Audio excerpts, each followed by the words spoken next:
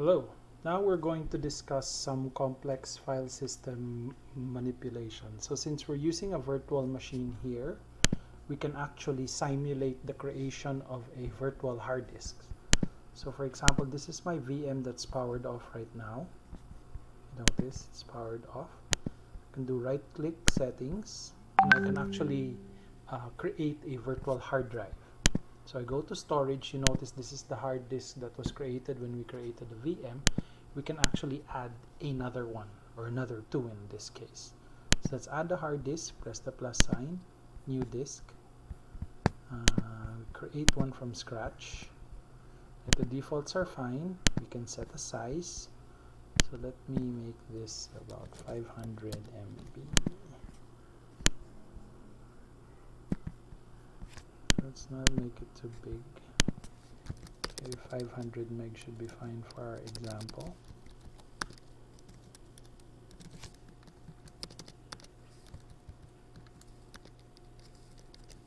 Okay, so 500 meg hard disk, and press create and select it. Then I want to create two disks for this particular example. So press plus again, create a disk, default type,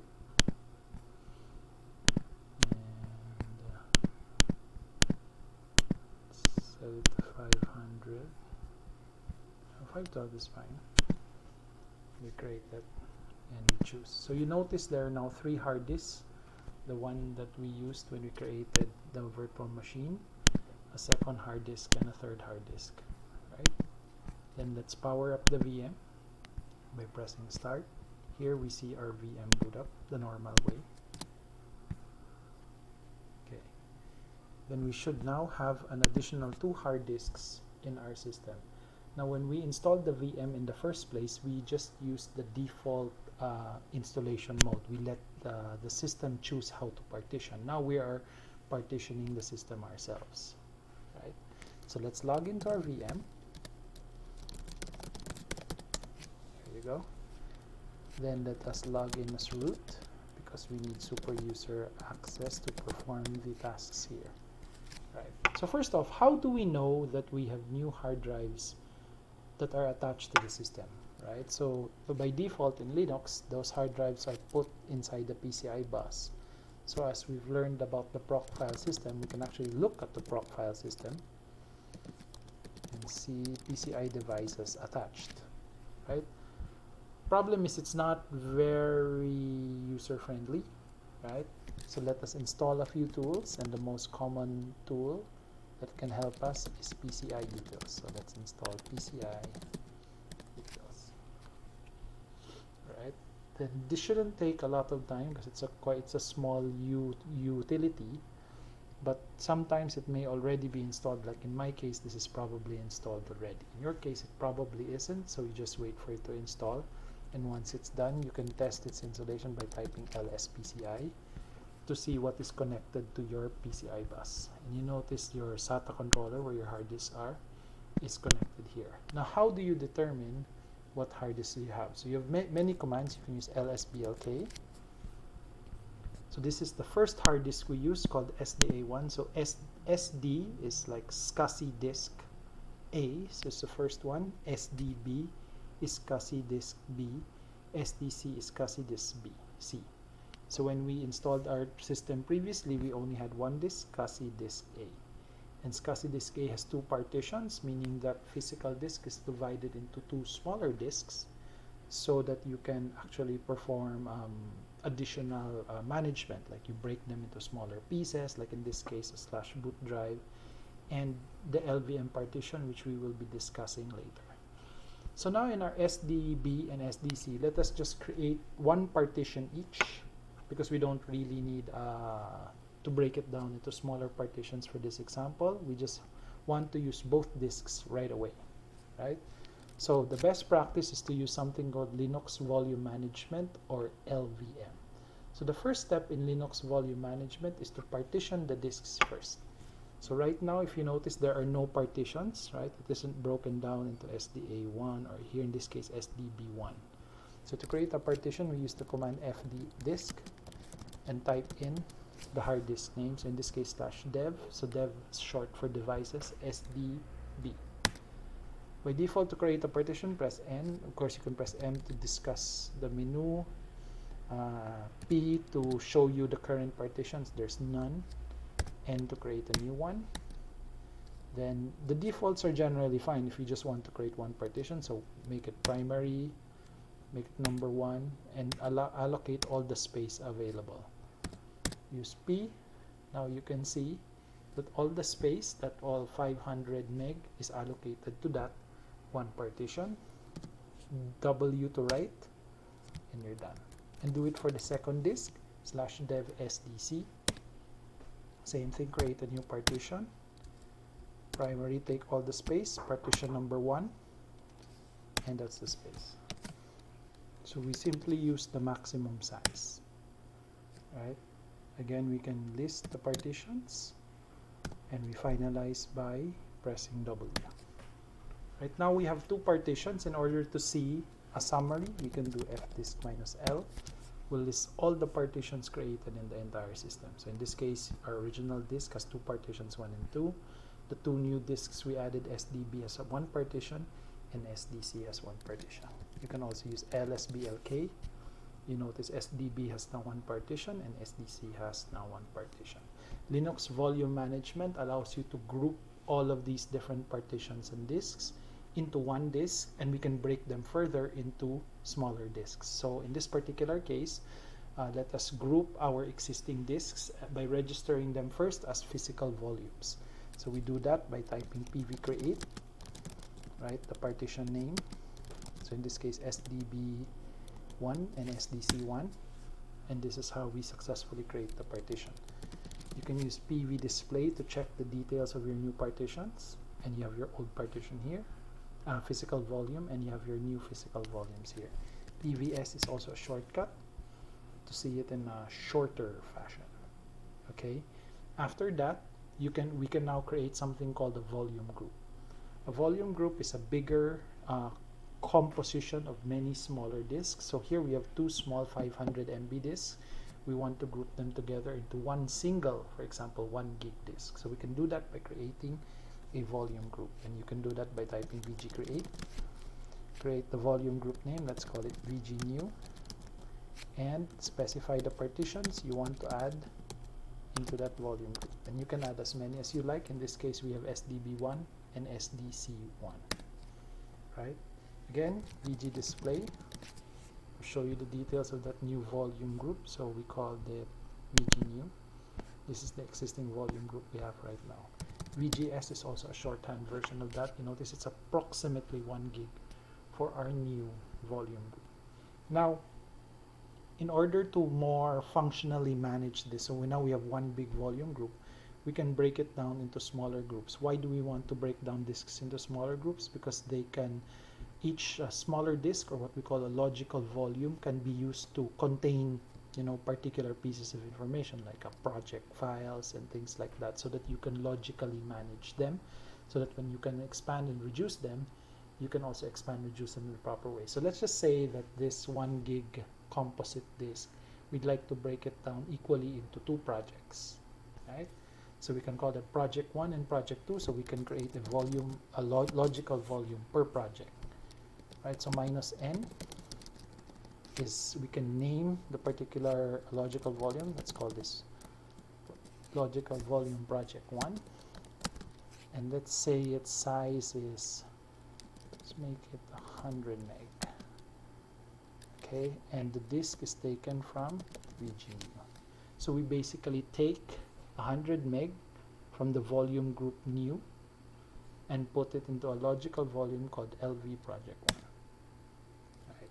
Then we create another logical volume for project 2, and this is a shorthand to basically take up all the space that's remaining. So 100% of all free space, or you can use 90%, but in this case we want what all remaining free space from that volume group, we give it to project 2. So now you have 2 project logical volumes, LV project 1 and LV project 2. Now, the logical volumes themselves are still not usable. Where are they in the file system? How are they partitioned? You don't know yet. So the first thing you have to do to make a logical volume useful is to format it. Right? So in Linux, there are many formatting tools you can use. MKFS is the command to format. And your choices are ext2, ext3, cramfs, right? Cramfs is normally used for flash drives. So if you have a flash drive, that's the best. The default is normally xfs or ext4. So let us call ext4 and let us format. So by default, these new logical volumes are placed in /dev mapper directory, and the convention is normally volume group name dash the logical volume name. So in this case, vgnew LV project 1. So I format it, right? So now there's a format. So it's like DOS format. Or in this case, it's a Linux format. And I format the second logical volume. So I now have two formatted logical volumes, but they are not mounted. So where in the file system are they? They're not yet usable. So let us create two directories in our file system. Let's just create it in the current directory, project 1, and create another one called project 2, right? And the next step is to mount that physical logical volume into this particular place in the file system. So mount mapper, so vgnew project 1 to the folder called project 1, and vgnew lv project 2, the folder called project 2. I look at my directory, project 1, right? You know it is a distinct logical volume because you see this folder called lost and found. So any distinct logical volume will have a lost and found folder, as opposed to if I just create a regular directory, there is no lost and found folder. But the ones that have distinct hard disk, so you can think of it as attaching that logical volume to that part of the file system tree. And if you look at it in summary using lsblk, you will notice that sdb1, right, partition, is part of vgnew, as well as sdc is part of vgnew. And vgnew was broken down into lv project 1. Since I only needed 100 meg, it fully fit in the first disk here, and everything else was placed into project 2, right? And any file I put inside these folders will be placed in this particular physical disk. And that's it. So now you have a usable disk. Now there are some other things you want to do. Like for example, what if I find that project 2 has too much space at 900 meg and project 1 doesn't have enough space? So you can actually resize, right? So what you can do is you unmount it first. So let's go back first. Let's put files inside them so that we can see if they're maintained later. Sample file 1. So touch is a command that just creates a file, empty file. So here, sample file 1, sample file 2. So let's unmount them, and I want to resize them. Okay? So I simply unmount them and I resize. The resize command is lv reduce. So first I have to reduce the project 2 folder. I want to make it smaller. So I want to reduce it by say 100 meg. Alright. And reduce lv mapper vgnew project 2. Right. So I took away 100 meg from project 2. If you notice, as LBLK is not 904 anymore, it is 804. And it is now thrown back into vgnew volume group, which is now usable. So I can do LV extend, right? And I want to use all available space and add it into project 1. Oh, sorry. So I want to extend. So here SLSBLK project 1.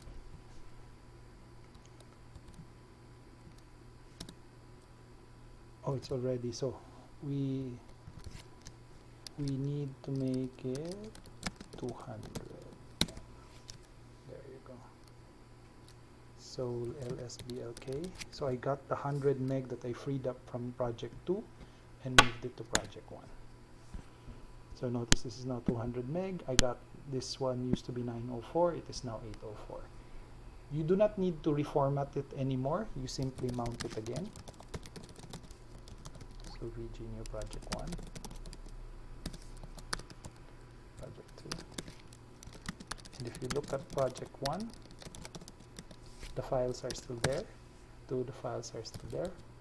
But the directory has been, the partition has been appropriately resized. Okay? So that's how you can resize. So you can reduce the size of one volume group, free up the space back to the logical volume, back to the volume group, and another volume group can take up that space from that logical volume. Okay, now the next thing I'm going to show is something called RAID, right? So this is a special way of managing disks. So first I will remove my particular folders for now. So let's just unmount it, right? And I will remove the volume groups. I'm going to remove project 1,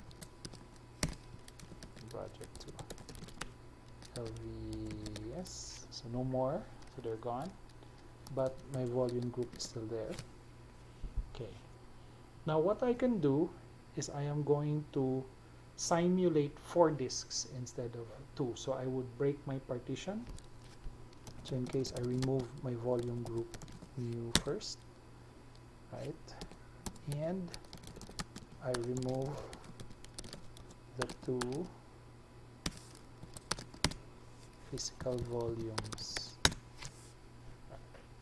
So now I don't have a physical volume aside from the one that's hosting this OS. No more volume group and no more logical volumes. So I will repartition SDB and SDC. So the goal is I want them, instead of being 1 partition per disk, I want to make it 2 partitions to disk to simulate 4 physical partitions. Okay, so I can partition the disk again by using the fdisk command. I can remove the partition by doing D. Partition is done. If I look at it, there's none, so I create a new one. So primary number 1, I just only want it to be half, so let's make it 250M, right? And another one, just press enter for the default. It will fill in the rest. If you notice, I now have 2 partitions at roughly 250 meg each instead of one big 500 partition. W to write, and I do it to the second disk. So D for delete. Again, new partitions, 250 meg for the partition, right? So similar, right, to finalize. Then if I do fdisk -L, you will notice each of my new disks now has 2 partitions instead of 1. And if you look at LSBLK, there are 2 partitions. Now the reason why there are 4 is I'll explain later on when we do RAID and where the disks are actually stored. We need 4 at least to do RAID 5. If you read on RAID already, you will know what this means. Right? Now we create PV create. We put all our partitions here so that our LVM system knows they exist. Alright. Then I create one big volume group. Let's call it VG new as well.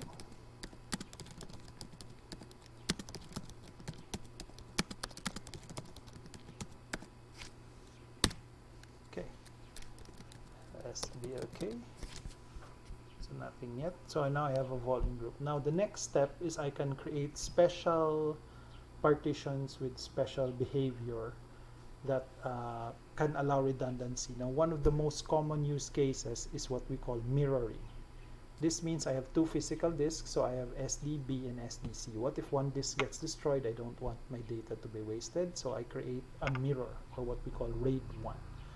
Right? To create a mirror, I can create a logical volume, LV create, right? I name the volume, for example, LV mirror. not very creative, right? So let us take in all the space available from VGNew, right? And I specify M1 or mirroring, right? So I ignore because we already created a partition a while ago, so we'll just ignore it so that we reformat it. Now if you notice, I now have a mirror drive called LV mirror taking up all the space. But notice I have two 500 meg disks, right? But only 492 is useful because every time I write to one disk, a copy is written to another disk as well. And if you look at LSBLK, you notice here the image or the disk or 492 meg is usable here, but there's the first image in one disk, and you have the second image in the another disk, and you have image 0 here and image 0 here. So that means every time I write one bit of data into one disk, into one logical volume, it's written to two physical disks. So if SDC fails, not all my data is lost because the system is mirrored, right? So that is one of the benefits of what we call mirroring. So let's format that disk, mirror LV, LV mirror, dev mapper, VGNew, LV mirror, right? And I can mount it.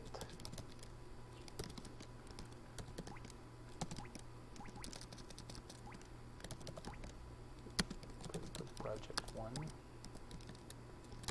Of course, since it's newly formatted, there's nothing inside. Let's put a file inside. Test file. This is right. So what happens if the disk fails? So we can simulate the disk failure here. So I'll shut down the machine first, because unfortunately we can't just yank out the disk in VirtualBox. Let us try this. So let's go to disks and let's pretend we removed this particular disk, and let's see how our system reacts. Alright, so since it's mirrored, hopefully the data survived.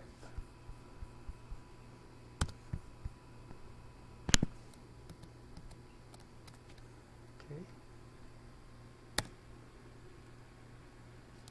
Let's wait for the system to boot up. There you go. So you notice the system still booted up. Let's become the super user.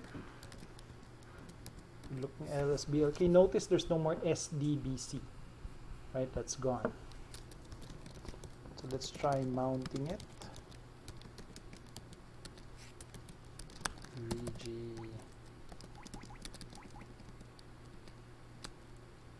So let us VG display. So notice there's a warning because it can't find the disk, but VGNew is still there. LV display, LV mirror is still there. Right. So let's look at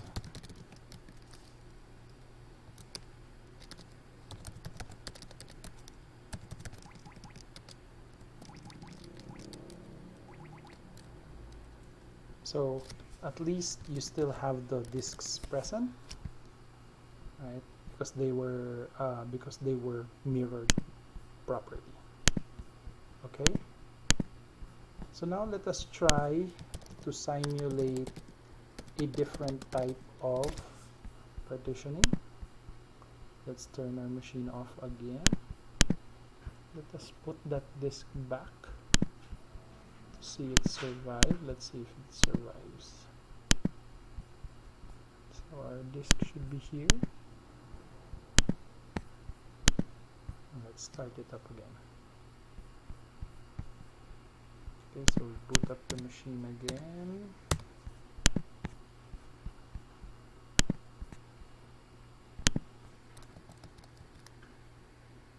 Okay, so we placed the hard disk, physically placed the hard disk back. hopefully we should has to be root, right? So everything is back to normal, and if I want to map it again,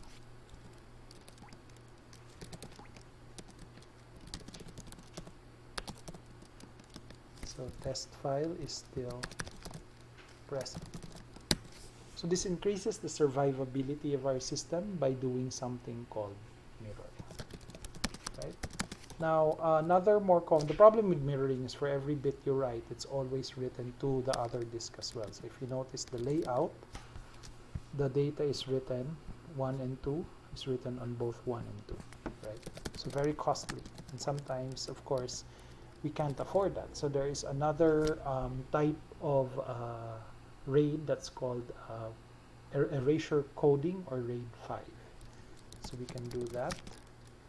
Let's remove our mirror drive first, and let's replace it with one using erasure coding. Okay, so now let's create a new LV create name. Let's call it LV RAID 5. Type is RAID 5. Size, so let it keep all the space available from VGNew. Okay, so this creates a RAID 5 partition that can be used. Notice it uses, so I have 3 partitions. RAID 5 minimum is 3, so I have image 1, image 2, and image 3, and every piece of data is written in 2 out of 3. So that means you only lose 1 disk in terms of space, instead of you get half of the capacity. So if you have 3 disks, you only lose 1 disk worth of capacity. In mirroring, if you have 4 disks, you lose 2 disks worth of capacity. Now there is also another method, because you notice SDC1 is unused, so that's quite a waste. So what we can do is we can create a dedicated, what's called partition disk, or a spare disk, so we can maximize that. So let's remove our RAID 5 disk first. So VG, okay, and we create a new one. So I3 is the data is striped across 3 with 1 free partitioning disk. Now look at LSBLK, all 4 partitions are used, right? Then as usual, you can format the disk.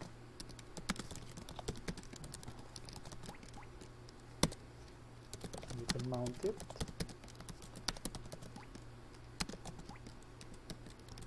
And I have a spanking new disk. Of course, warning, every time you reformat, the contents of the previous disk are deleted.